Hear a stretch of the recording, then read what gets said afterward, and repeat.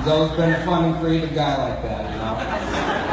I even sent him a crying emoji after to let him know I was truly touched by his long thought out. Me and Sean, we met in the 6th grade. Could have been 7th, I don't really remember that. It's not that important. But it was a social studies class, and I remember that. And I remember him walking in the classroom with his baggy-ass jeans, the shell toes, both his ears pierced, hat so low you could barely see those stupid-looking dimples. I looked at him and I thought, wow, this kid looks like a real piece of shit. I bet we'll get along great. And I was right. I took Regal under my wing. I remember sitting down at the lunch table with him, trying to get to know him. Turns out he was from Dorchester. Dorchester in the house, got raps. He's a proud member of a gang called the King's Corner Kids. Also apparently owned an illegal firearm. I thought, wow, this dude is so badass. Let's get with this kid. Turns out none of that was true, actually. Wasn't in a gang, didn't know a gun, sure wasn't badass. I mean, in a sense he was, but realistically, he's soft as a turd.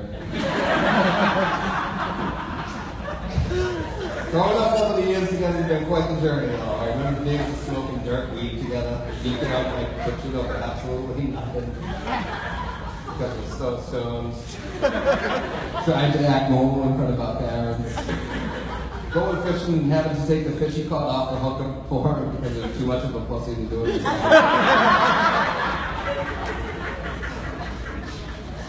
Yeah, I know, Rico claims to love wildlife, but he's a little bitch when it comes to actually encountering it in real life.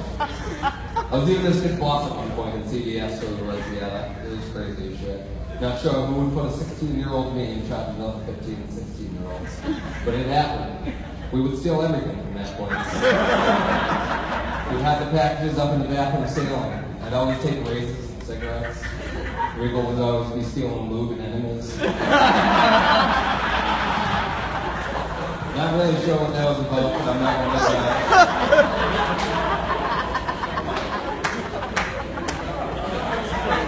It's true, it's true story.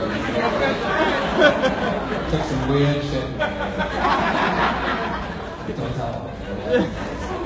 It's been a long time. I've seen Regal at his worst, and I've seen him at his best. I remember at one point, Sean hit his all-time low. He had nowhere to live, so he moved into his father's basement. He had no job, no money, no girlfriend. He seemed pretty depressed. It was fucking hilarious. But I did what any good friend would do. I supported him with alcohol and shoulder to cry on. At this point in time, I actually tried to order a cardboard cutout. It was a life-size one, and he took a picture of himself in his dad's basement with his shirt off. And like, he tried to look all sexy and shit. And I'm like, who took that picture? He's like, oh yeah, my friend took it. I'm like, no, you definitely set the camera up and took that picture yourself. And like, months later, he finally admitted that he did. So I could have put that picture out and had it like life-size, but it was from like the MySpace days, so the pixels were too low. But anyways. Oh, God. You're such a triple. You really are. No, you're not done. You got a long way to go, actually. Anyway, I feel like Regal finally got out of his funk one day when I took him to get drink his sorrows away at Mulligan's. I was sitting there scratching scratch tickets while he sat there feeling sorry for himself. After I pissed through all my money and I didn't win anything, Regal got up and spent a few dollars that he had on the same scratch tickets that I was scratching. And what do you know? The shit bag hits for 10 grand. Obviously, I still have to pay the tab, but I think this was the beginning of his uprise and probably my downfall. After that, things started to fall in place for Sean. He got himself a good job in the union. Probably the only carpenter I don't know that can. Probably the only carpenter I know that couldn't build a wall when he asked him. But it's a job nonetheless. Got his house thanks to Karen's sweet ass. Love you, Karen. I actually had the luxury of moving into that house with Sean, sucking Zach. We're in the name Section 8. That place was a revolving door for shit bags. Zach moved out, Lion moved in, Sully moved out, Sean's cousin Trisha moved in. Regal kicked me out, kicked Lion out, Simmons and Dave moved in. Living with Regal was worse than living with my mom. Could never did any dishes, barely cleaned, wouldn't let me get a duck. Wouldn't let me grow weed in my room. So when he gave me the food, it was probably for the best. But anyways, let's fast forward a little to the era. Right?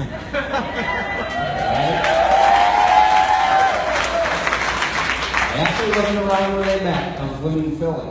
But I remember coming home and meeting there, and my first thought was, holy shit, this is Regal's fucking twin.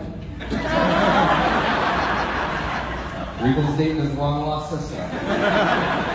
Part of me still thinks I'm right. They have to be related somehow. Kevin, you got anything like you want to say? Time to admit it. You know what I mean? Hey, let's look on the bright side. At least you won't have to worry about who your kids are going to look like, right? You might be missing a couple chromosomes, but we know the line they belong to either of you, so you have to act on the fly. That was a touchy one,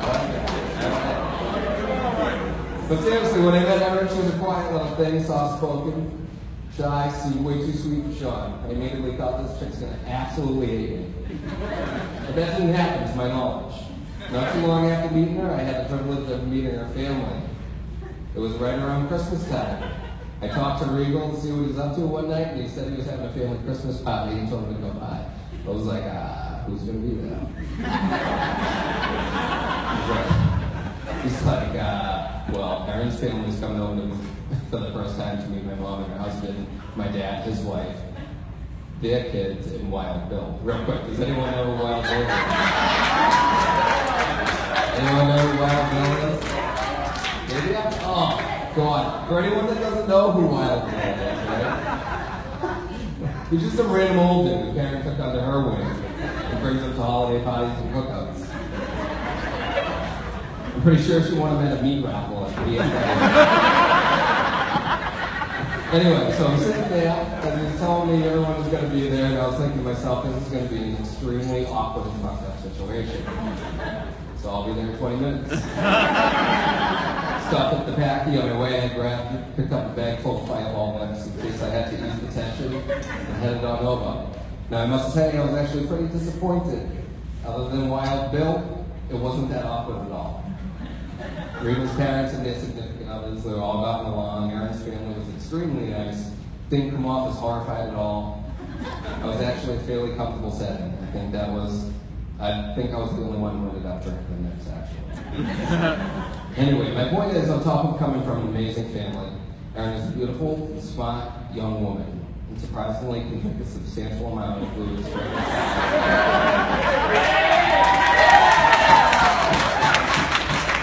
Still be able to keep her shit together.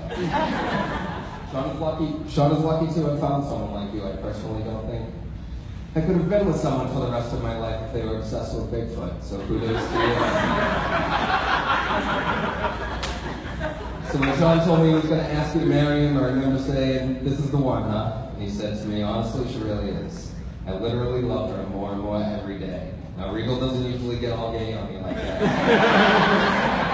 So I knew he was serious. But I actually knew you were the one long before that. You want to know how I realized that? It was when he stopped wearing a fucking hat. Honest to God.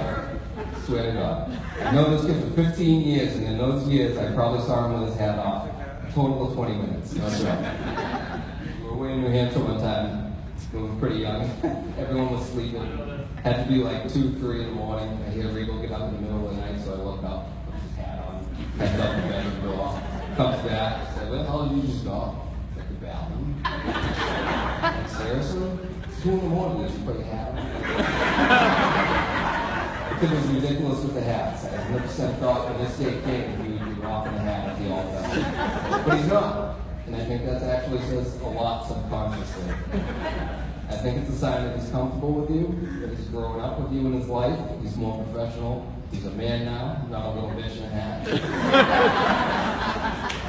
I couldn't be more happier for you two.